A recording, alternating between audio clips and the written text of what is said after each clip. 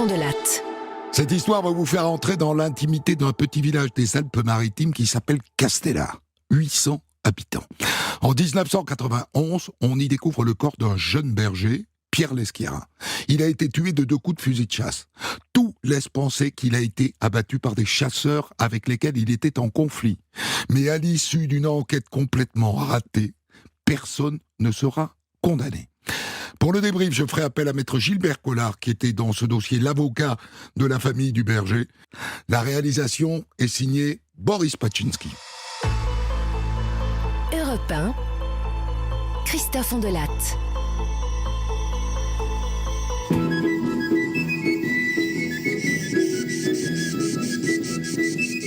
Vous connaissez Castellar, dans les Alpes-Maritimes? C'est juste au-dessus de Menton. C'est un village magnifique, magnifique. Accroché à la montagne, tout en pierre sèche. Le paradis. Et pourtant, depuis 30 ans, c'est un village qui vit l'enfer. Les ondits, les ragots, les haines cuites et recuites, les bras d'honneur, les promesses de vengeance, les... Tu peux rien pour atteindre du coup. L'enfer au paradis.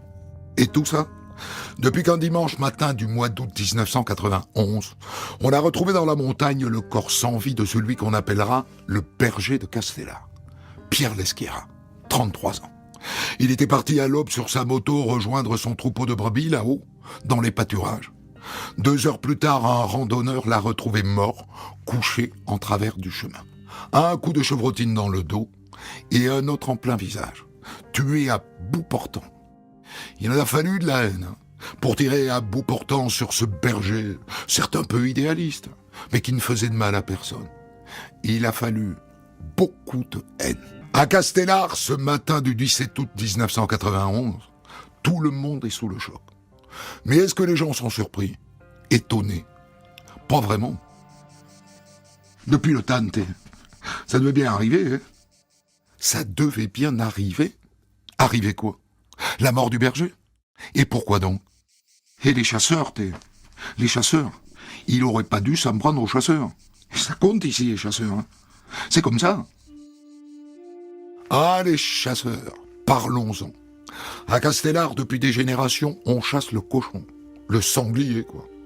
Du coup, à la saison de la chasse, les forêts et les champs alentours sont comme des territoires sacrés. C'est comme ça. Tout le monde est au courant. Et tout le monde se plie à la loi des chasseurs. Tout le monde, sauf le berger, Pierre Leschiera. Et lui, ses bêtes faisaient peur au gibier. Et les chiens des chasseurs faisaient peur à ses bêtes. À un moment, c'était sûr qu'il allait arriver quelque chose. Hein. Pierre Leschiera aurait donc été victime des chasseurs. Au village, honnêtement, tout le monde le pense. Mais personne ne le dit à voix haute. Au point que le maire doit lancer un appel au calme. Je voudrais vous mettre en garde contre toutes les supputations. Il nous faut impérativement attendre les résultats de l'enquête. Et d'ici là, je vous en supplie, ne tirez pas de plat sur la comète. Mais ça n'empêche pas les gens de penser. Penser que peut-être ce sont les vérandos qui l'ont tué. Ah, les vérandos. Vous allez entendre parler de cette famille tout au long de cette histoire. Les vérandos, c'est une famille de maçons. Ils ont construit la moitié du village. Et les vérandos, quand ils ne sont pas sur leur chantier, eh bien, ils chassent. Si vous voulez chasser dans le coin, il vaut mieux passer par eux. C'est mieux. Enfin, c'est comme ça que ça marche depuis des décennies. Et ça explique que les gens pensent tout de suite à eux, les vérandos.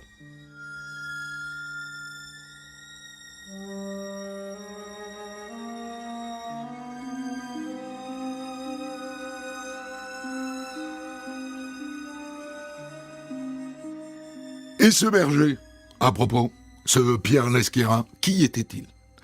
Ça n'était pas, à proprement parler, un enfant du pays. Mais ça n'était pas non plus un étranger. Certes, il a grandi à Monaco, il est allé au lycée agricole d'Antibes, mais petit, il passait toutes ses vacances chez ses grands-parents à Castellar. Après son bac, il a passé 2 ans comme coopérant au Bénin, en Afrique, et en rentrant, il s'est installé berger à Castellar. Et un jour, on l'a vu arriver, un grand gaillard d'1,90 m. Il a bâti sa bergerie sur les terres de sa famille ou au milieu du massif. Et voilà. Bon, au début, les jeunes d'ici l'ont traité d'Indien ou de hippie. Ils se moquaient de lui, quoi. Mais je crois que lui, il s'en fichait. Il avait ce projet dans la tête depuis longtemps. Et tout le monde s'est dit, il va se planter. Et puis non, il s'est pas planté. Il a laissé les gens causer. Et il a tracé sa route. Il a travaillé dur, 7 jours sur 7. Et petit à petit, son troupeau de brebis s'est agrandi. Il s'est même fait des amis, les propriétaires d'alpage notamment, qui l'ont laissé faire paître son troupeau sur leur terre. Au moment de son assassinat, le berger de Castellar avait un troupeau d'environ 1000 bêtes. Une belle réussite. Une très belle réussite.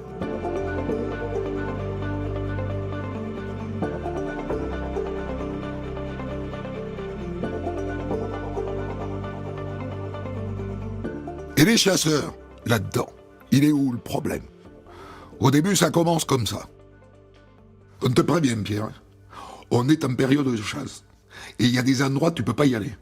Parce que tes moutons, ça fait fuir le gibier. Tu comprends ça? Oui, il comprend. Il dit OK. Et au début, il applique la règle. Et puis il s'aperçoit que les chasseurs, quoi qu'ils fassent, l'ont dans le nez. Alors il ne respecte plus la règle. Il laisse aller ses bêtes là où elles veulent. Et c'est à ce moment-là que les ennuis commencent avec les vérandos. Bon, Pierre, on t'a mis en garde plusieurs fois. T'en fais qu'à ta tête. Et donc je te préviens, le chemin là, que tu prends avec tes bêtes, il borde notre propriété, et bien à partir de maintenant, t'as pas le droit de le prendre. D'accord? Ben, non. Enfin, je veux dire, j'ai un droit de passage. Vous pouvez pas m'empêcher de prendre le chemin, hein? C'est vrai qu'il a un droit de passage. Mais les vérandos s'en fichent. Tout ça pour dire que c'était tendu, très tendu, entre le berger et les chasseurs. Et que ça fait pour le moins un mobile pour un assassinat. Les obsèques de Pierre Lesquira n'ont pas lieu à Castellar. Décision des parents. Nous, on ne veut pas que ceux qui l'ont tué viennent faire un semblant de pleurnicher à la messe. Ça, non merci. L'enterrement a donc lieu dans le village d'à côté. Au premier rang, il y a ses parents, sa sœur, sa femme et sa fille. Pierre Lesquira avait une petite fille de 6 ans. Les gendarmes mettent des semaines avant de comprendre vraiment la nature du conflit qui opposait le berger aux chasseurs. Ça durait depuis des années. Des volets de plomb sur la toiture de sa bergerie, les pneus de sa moto crevés, et les brebis. Ils s'en sont pris aussi aux brebis. Un matin, il en a retrouvé 10 mortes alignées sur un muret, tuées chacune d'un coup de chevrotine. Un autre jour, une meute de chiens s'est échappée comme par hasard d'une battue au sanglier. Ils ont égorgé une 20aine de bêtes. En 8 ans, le berger a perdu comme ça 150 brebis. Alors oui, il y avait de l'aide. Et il a riposté. Quand on lâchait des chiens sur son troupeau, eh ben, il tuait les chiens. Et quand il pouvait, il en capturait un, pour se retourner contre le propriétaire et faire marcher son assurance à partir du collier et du tatouage. C'était la guerre entre les vérandos et le berger. La guerre.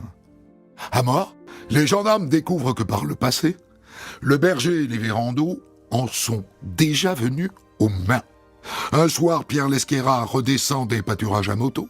Son père le suit juste derrière, en voiture, et ils empruntent le fameux chemin interdit. Et là, il tombe sur les chiens des vérandos, tous leurs chiens, une meute, prête à bondir. À ce moment-là, Alain et Paul Vérando sortent de chez eux. Ils sont cuits patates, sous comme des cochons.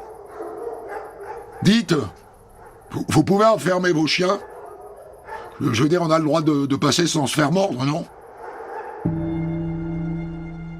Alain Vérando brandit une fourche. Il s'avance. Il vient chatouiller les jambes du berger. Et la Pierre Lesquira ne se laisse pas faire. Bam! Il lui décroche un coup de poing.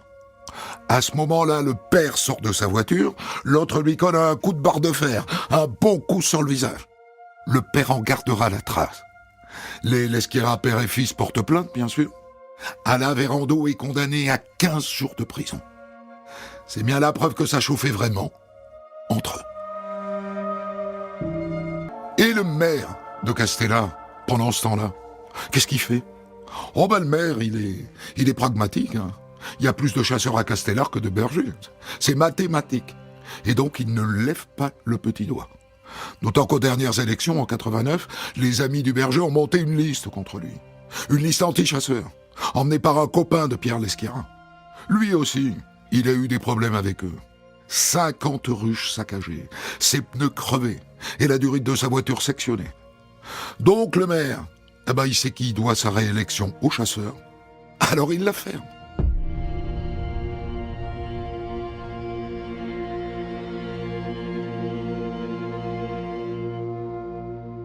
Un mois avant sa mort, Pierre Lesquérin est sur sa moto sur un chemin de montagne. Un groupe de chasseurs lui barre le passage. Il se dégonfle pas. Il fonce sur le groupe qui s'écarte, évidemment. Et quand il se retourne, il les voit tous braquer leurs fusils vers lui. Tous. Et cet épisode, il l'a raconté à un ami qui s'empresse d'aller le répéter aux gendarmes. Après ce qui venait de se passer, il était sûr que s'ils n'avaient pas été aussi nombreux, ils auraient tiré. Et il m'a dit, les vérandos m'ont condamné. Et il a ajouté, si je peux me défendre, je me défendrai. Mais s'ils veulent m'abattre, ils m'abattront. C'est ce qu'ils ont fait, à mon avis. Je le redis, cette scène se déroule un mois avant qu'il ne soit assassiné. Quelques jours plus tard, un chasseur proche du clan Vérando dit à un ami « Oh ben, il y en a un, il va finir avec une décharge de chevrotis dans le dos. Hein. » C'est exactement ce qui s'est passé.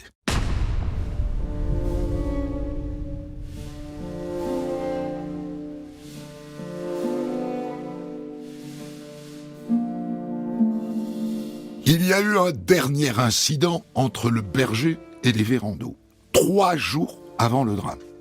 Le berger vient de se lancer dans la construction d'une nouvelle bergerie et il a fait venir une pelleteuse de 17 tonnes. En redescendant au village le soir, la pelleteuse se retrouve bloquée par les frères Vérando et Jérôme, le fils de Paul. Ils l'accusent d'avoir esquinté le mur d'enceinte de leur propriété.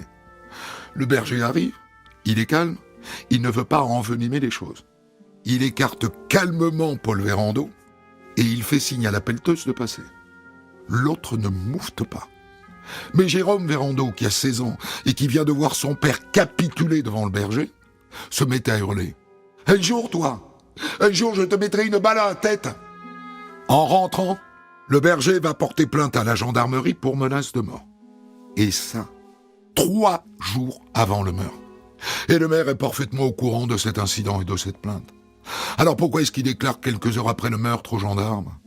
Mais rien ne laissait présager de l'assassinat de Pierre Lesquérin. Absolument rien. Rien. Vous êtes sûr, monsieur le maire ?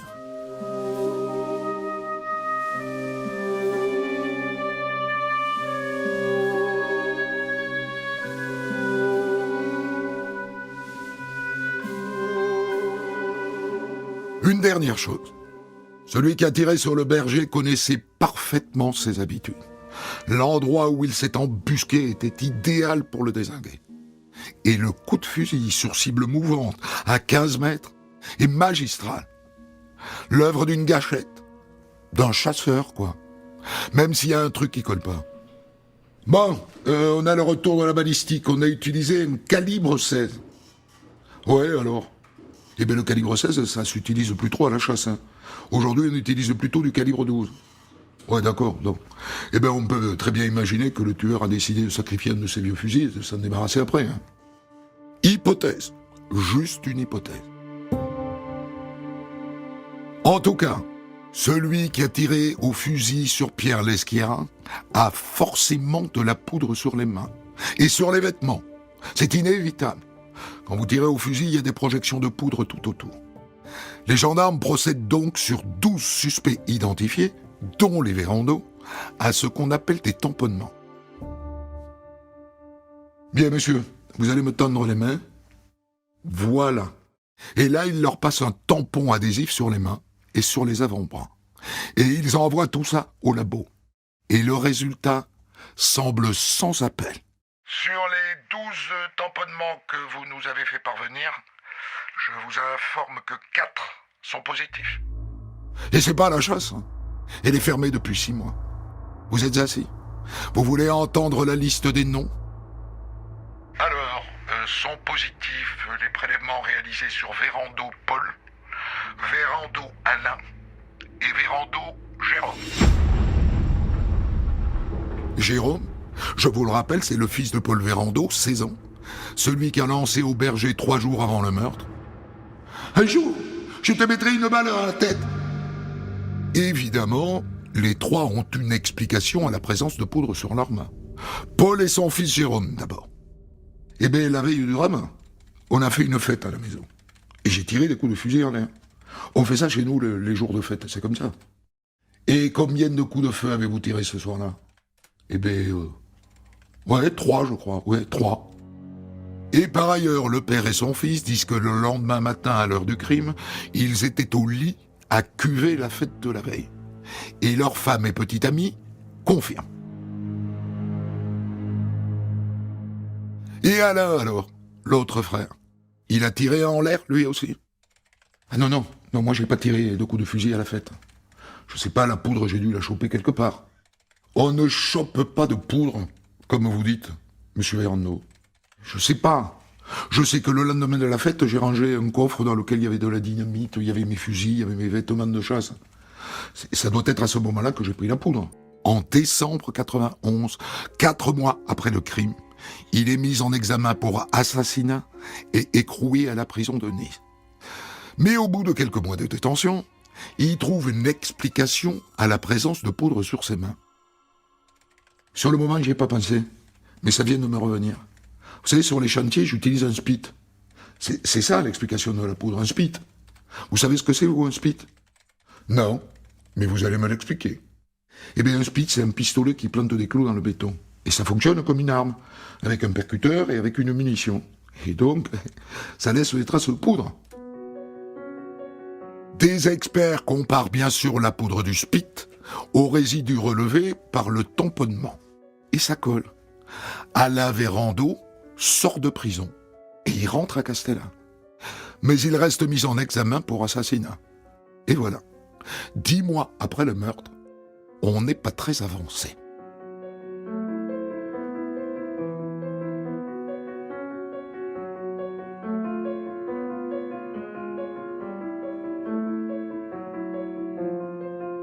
En attendant, le père du berger, Francis Lesquirin, a dû brader le troupeau.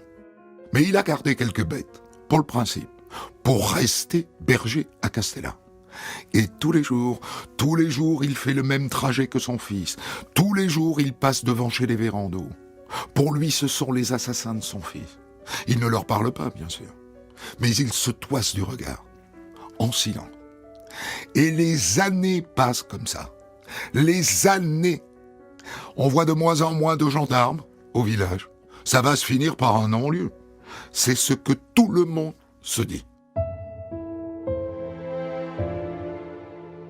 Et puis arrive un nouveau procureur. Et il décide de dépoussiérer le dossier d'instruction. 2500 pages. Il les relit une par une. Et il tombe sur un os.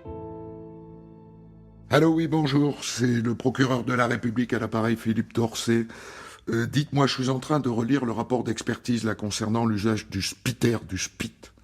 L'expert indique dans son rapport que quand on tire avec un spitter, ça laisse 1000 fois moins de résidus de poudre qu'en coup de carabine. Or, le relevé de poudre indique que la quantité de poudre relevée sur Alain Vérando correspond à un tir de fusil de chasse. Alors bien sûr, je veux bien croire qu'il a planté plusieurs clous sur son chantier. Mais il a quand même pas planté 1000 clous. Il y a un problème, là. En conséquence, Alain Vérando se retrouve à nouveau sur la sellette, loin du non-lieu que certains lui promettaient. On va vers un procès d'assises.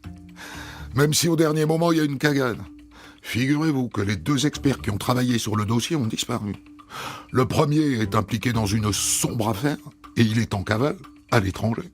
Et le second est introuvable. Ils ne pourront donc pas témoigner au procès. Il faut donc désigner de nouveaux experts. Et là, ce qui devait arriver arrive. Les 3 nouveaux experts ne rendent pas du tout les mêmes conclusions. Nous considérons que le volume des résidus de poudre retrouvés sur les mains de Vérando Alain sont parfaitement compatibles avec l'usage normal d'un spitter. Ah, les experts! On leur accorde tellement d'importance dans une enquête. Et ils sont rarement d'accord. C'est assez courant d'avoir autant d'avis que d'experts. Mais bon, ce sont eux qui vont témoigner lors du procès qui approche. Rien n'est joué dans cette affaire. Rien du tout.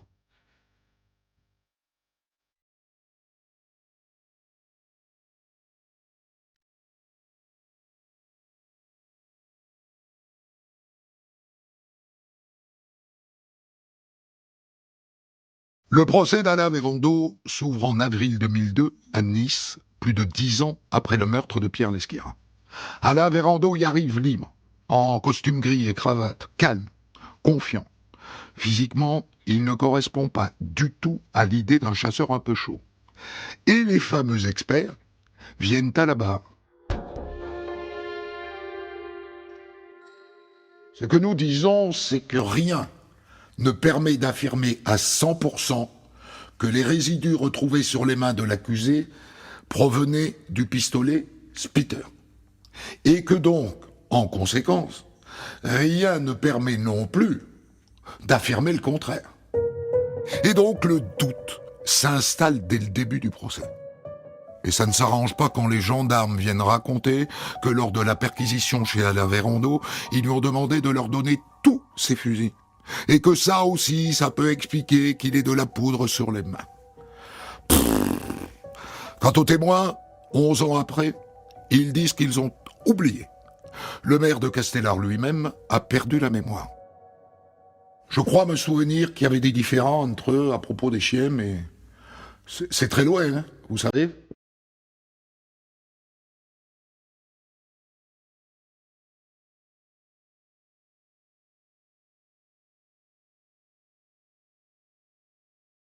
À un moment, Jérôme Vérando, le neveu d'Alain, vient à la barre. Vous vous souvenez que c'est lui qui, 3 jours avant l'assassinat, a menacé de mort le berger. À la barre, il s'embrouille. Il fait mauvaise impression. Et dans la foulée, sa copine de l'époque est mitraillée de questions.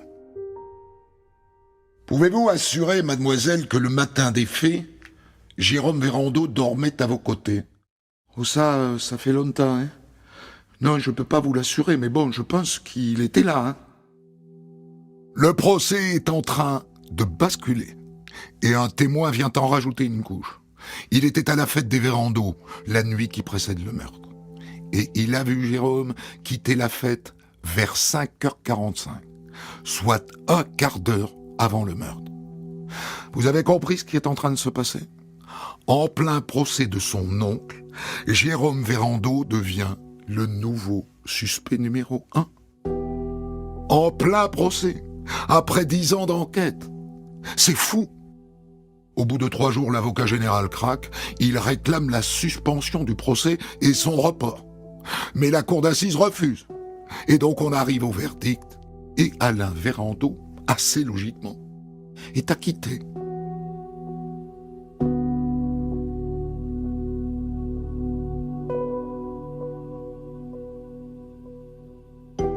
Dans la foulée, logique aussi, Jérôme Vérando est mis en examen pour assassinat. Et l'enquête reprend. Et elle dure encore 5 ans de plus. Et Jérôme Vérando est finalement jugé à son tour en avril 2007 devant la cour d'assises des Alpes-Maritimes. L'avocat général réclame 15 ans. Mais les jurés manquent de preuves. Alors à son tour, il est acquitté. Quel gâchis cette affaire, quel gâchis. Mais c'est pas fini. L'avocat général fait appel de cet acquittement. Et la cour de cassation dit tant qu'à rejuger Jérôme Vérando, on va rejuger aussi son tonton, Alain. L'idée étant que c'est l'un ou l'autre qui a tué.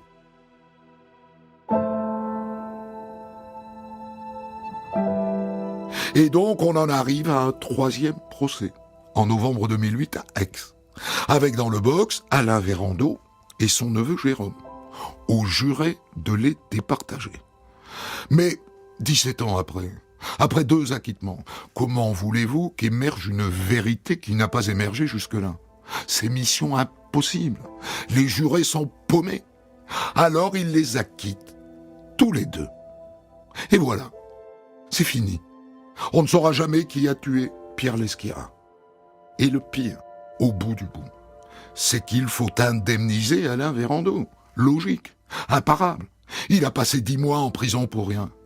La justice lui accorde au total 192 000 € pour s'excuser. Mamma mia, quelle affaire pourrie.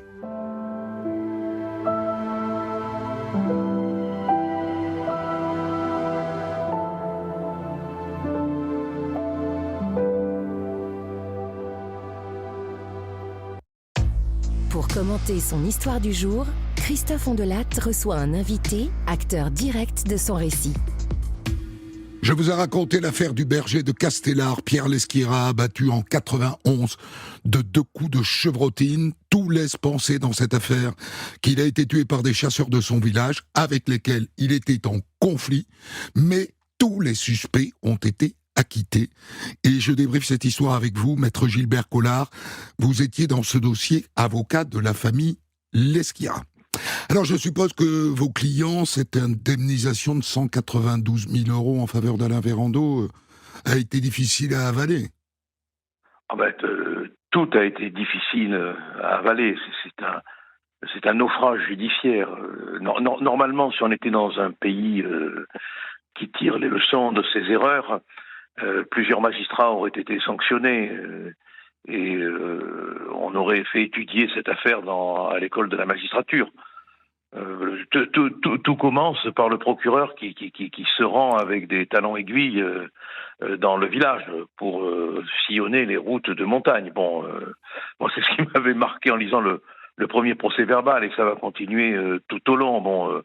C'est un catalogue d'erreurs. Un exemple, quand on a recherché les scellés, on ne les retrouvait plus parce que l'expert, un certain monsieur Le Ribot, après avoir été incarcéré pour une affaire de fraude dans des tableaux, était en fuite, et on a retrouvé, tenez-vous bien, les scellés dans des frigidaires d'un supermarché. Vous vous rendez compte? Oui. C'est absolument vrai ce que je vous dis là. Donc c'est vraiment une affaire. Enfin, disons que c'est un acquittement au bénéfice de la médiocrité de la justice. Alors, pour l'équilibre, il y a un procureur qui a fait son boulot. Ouais. Voilà. On va revenir. On ne peut pas généraliser. On va revenir sur tout ça, Gilbert. Sur les indemnisations, est-ce que vos clients ont été indemnisés? Non, bien sûr. On a même fait un recours pour mettre en cause les dysfonctionnements de la justice, mais ils ont été déboutés. La justice a très bien travaillé dans cette affaire. Très bien. Ils vivent toujours à Castellar, à votre connaissance? Non, ils ne sont plus à Castellar. Non. Ce sont des gens assez extraordinaires. Le père était membre de la garde princière à Monaco. C'est un homme de grande qualité, de grande tenue. Ils ont supporté tout cela avec beaucoup de foi, parce que ce sont des croyants très authentiques, et ils ont vécu cette épreuve comme une obligation de la Providence, mais c'est rare de voir des gens aussi courageux, aussi admirables. Mais franchement, de toutes les affaires que j'ai pu rencontrer, celle qui me laisse le plus grand goût de dégoût, c'est celle-là, parce que c'est le je m'en foutisme judiciaire qui est vraiment responsable de cette catastrophe. Quelle est leur religion à eux, les parents, la fille de Pierre Lesguira? Qui a tué leur fils? Pour eux, ce sont les chasseurs, mais ils ont été acquittés, donc ça ne peut être que l'hypothèse avancée par les parents. Ni vous ni moi n'avons le droit de l'avancer, bien évidemment. Ils ont une préférence pour Alain ou pour Jérôme? Ils pensent que c'est une affaire collective, de chasseurs. Enfin, il faut quand même pas oublier que le berger, ça m'a toujours très frappé, avait tué le chien de chasse de l'un des frères. Alors quand on sait ce que représente un chien de chasse pour un chasseur, ça peut nourrir des haines terribles. La clé de ce dossier, il n'y en a pas beaucoup, il n'y en a qu'une, c'est le pistolet Spitter, qui peut expliquer ou pas la présence de poudre sur les mains d'Alain Vérando. Le deuxième collège d'experts dit « c'est possible, mais c'est pas sûr ». Est-ce que cette indécision des experts est à l'origine du fiasco judiciaire? Non, il y a beaucoup d'autres éléments.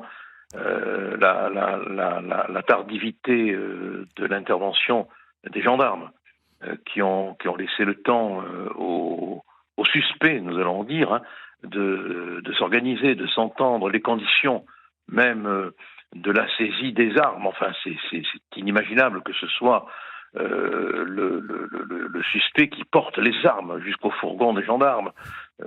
On ne peut pas l'imaginer. Bon, il y a aussi une écoute téléphonique où un individu dit qu'il connaît le nom de l'assassin. Cette écoute, elle ne sera jamais approfondie. On entendra l'intéressé, mais sans jamais le remettre sur écoute, sans jamais le surveiller. Bon, voilà, une négligence aussi d'enquête qui est colossale. Bon, et puis le temps qu'on a laissé s'écouler, vous vous rendez compte, il aura fallu quasiment 17 ans avant que le procès final ait lieu, mais entre-temps, tout a tardé, tout a traîné, des experts fous. Enfin, je veux dire, le Ribot, c'est un expert Loïc fou. Le Ribot, alors c'était l'expert de référence à l'époque. Il est peut-être devenu fou, mais c'était Dieu, le dieu de l'expertise balistique. Quand Le Ribot avait dit quelque chose, personne ne le contestait. Ouais, personne. Je confirme. C'était l'expert intouchable, inattaquable, indiscutable. Or, l'histoire a montré qu'il était complètement cintré. Bon, je vous dis, on a retrouvé les scellés dans des frigos, quoi. Il a fallu que la police aille chez sa mère pour retrouver les scellés, laquelle a indiqué qu'ils étaient dans un supermarché, dans les caves frigorifiques, et d'autres scellés ont été retrouvés, je crois, dans des greniers. Enfin, je n'ai plus la précision, mais c'est quelque chose d'absolument inouï. Et c'est cet expert qui a fait les premières conclusions. Bon, donc évidemment, entre lui, expert condamné pour des trafics de tableaux en fuite, et les autres experts, bon, la Cour a choisi les autres, hein, c'est évident. Hein. L'expertise, au passage, hein. Quelle science molle, hein. Oh, non, ce qui est grave. En général, je veux dire. Non, mais ce qui est grave, c'est que les experts ne sont pas choisis à la qualité, à la compétence. Ils sont souvent choisis parce qu'ils fréquentent le juge, parce qu'on les aime bien au tribunal. C'est ça qui est ahurissant. Et il y a absolument aucun esprit critique qui s'applique dans le débat judiciaire à l'expertise, ce qui est tout à fait dommage. Bon, la loi a évolué, maintenant on peut contester une expertise, on peut faire désigner d'autres experts, mais il n'y a pas, si vous voulez, en France, une expertise qualifiée, quoi. C'est le tribunal qui donne le titre d'expert, c'est la cour d'appel. Il n'y a pas des examens spéciaux, il n'y a pas une qualification de médecine légale. Vous voyez, c'est n'importe qui a un diplôme de médecin, qui a un diplôme de graphologue, qui peut être expert s'il est bien aimé de la cour. Voilà. Après, les juges désignent en fonction de leur relation, souvent. Hein. Et ils jouent un rôle clé dans le verdict la plupart du temps. Avec à 80%. Il est impossible quasiment de discuter une expertise. Sauf si on arrive à démontrer que l'expert, en guise de blouse blanche, a un entonnoir sur la tête. Mais ça, c'est autre chose. Hein. Alors, vous entrez pratiquement dans le dossier lors du deuxième procès, qui est celui de Jérôme Vérando. Le cas de Jérôme Vérando est très intéressant parce que lui, il a cette excuse d'avoir tiré en l'air la veille au soir lors de la fête familiale, ce qui explique donc qu'il a de la poudre sur les mains. Mais à côté de ça, il y a un témoin qui a participé à cette soirée qui dit qu'il l'a vu partir à 5h45 de la fête et le berger a été tué à 6h. L'appréciation, vous, de la responsabilité de Jérôme Vérando, quelle est-elle? Écoutez, il est acquitté, vous comprenez, donc... ah oui, mais vous êtes partie civile, vous êtes un peu libre, hein. Oui, non, mais je suis libre, mais là, je ne suis pas libre contre la loi. Bon, heureusement, du reste. Hein. Mais ce sont tous les éléments du dossier auraient pu permettre sa condamnation. tous les éléments du dossier auraient pu permettre sa condamnation. Ce qui a empêché la condamnation, à mon avis, en faisant une analyse relativement objective, c'est que les magistrats, les jurés, se sont dit qu'ils s'appuyaient sur quelque chose, sur un dossier absolument branquignol, quoi, qui était fait d'approximations, où les années avaient passé, où il n'y avait pas d'éléments indiscutables. Bon, donc le doute, par le fait même de la manière dont le travail des juges avait été fait, c'est les juges qui ont créé le doute. C'est ça qui est horrible dans ce dossier. C'est ça qui est horrible. Devait profiter à l'accusé. C'est une évidence. Hein. C'est une évidence. Mais ce qui est effroyable, c'est que ce doute est le produit de la justice. Et de l'instruction, disons les choses. Ce sont les juges d'instruction qui ont créé le doute. Je parle de l'instruction, moi. Oui. Ouais. Oui.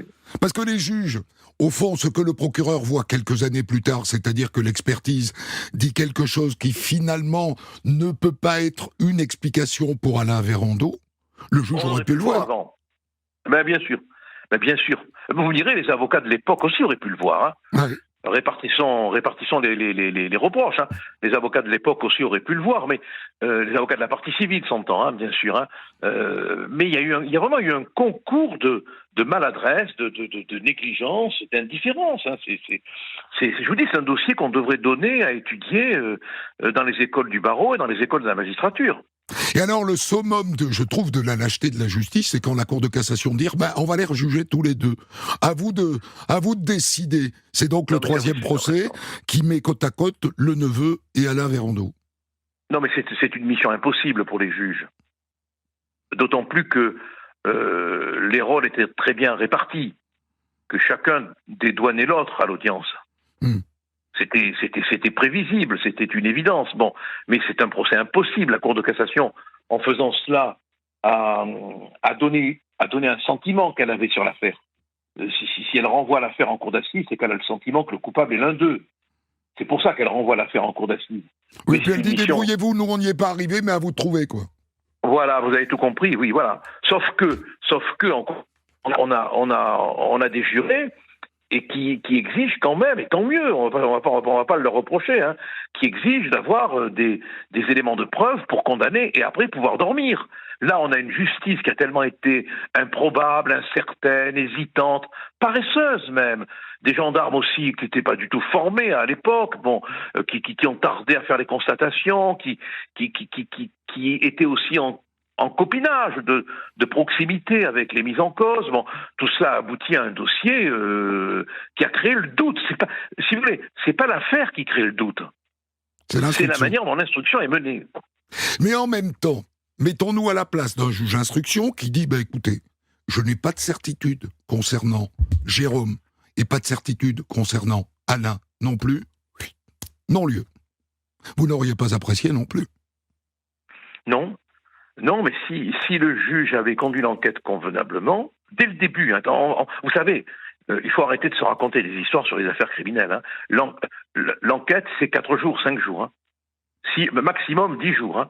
Après, c'est très difficile de reconstituer des preuves, sauf circonstances exceptionnelles qu'on peut rencontrer. Hein. Mais c'est rapidité dans la collection des preuves, dans les interrogatoires. Si on va vite, on a du résultat. Si on va pas vite, les choses se mettent en place, les gens s'entendent, les preuves disparaissent, etc. Là, la justice a traîné, mais d'une manière colimaçonne. C'était incroyable de voir ça. Elle a traîné, elle a hésité. C'est un fiasco judiciaire. Hein. Merci Gilbert d'avoir accepté de débriefer cette histoire après tant d'années. Des centaines d'histoires disponibles sur vos plateformes d'écoute et sur europe1.fr.